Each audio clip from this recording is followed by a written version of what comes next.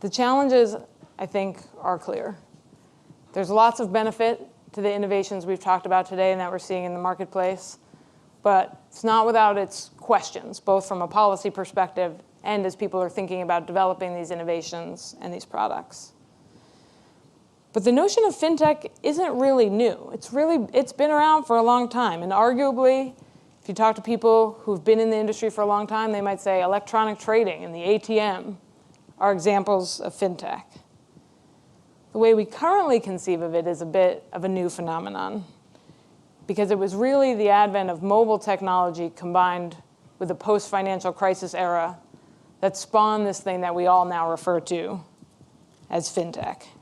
It took the combination of these circumstances to really see in a powerful and guttural way that financial services wasn't really serving us all the way it could and the way it should. So in the wake of the financial crisis, we had financial services 2.0 start to emerge, financial services for good. And not just on the consumer and retail side, but on the institutional side.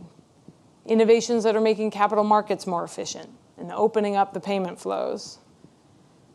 And as the industry and the ecosystem have matured, things have become less about disruption for its own sake, less about getting rid of incumbent institutions altogether, and more about partnering with or becoming part of or similar to some of these institutions, but better.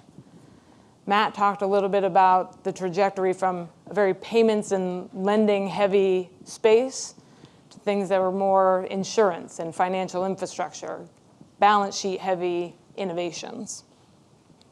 So it's become less about destroying the system and more about improving it.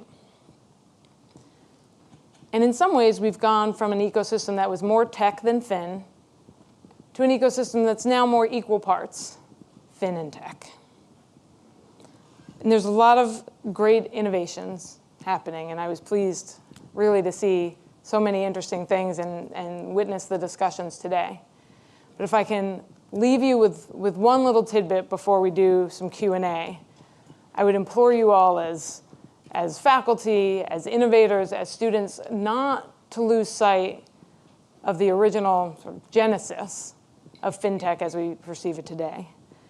It really was driven by wanting to make financial services work for people and work for our economy. Financial services is like the foundation. It's a utility that sits below everything else we do in our lives, from buying a home to funding medical innovations. So without a properly working financial services system, very little else is possible. And fintech represents a wonderful opportunity to make the economy work better for everyone. Thank you.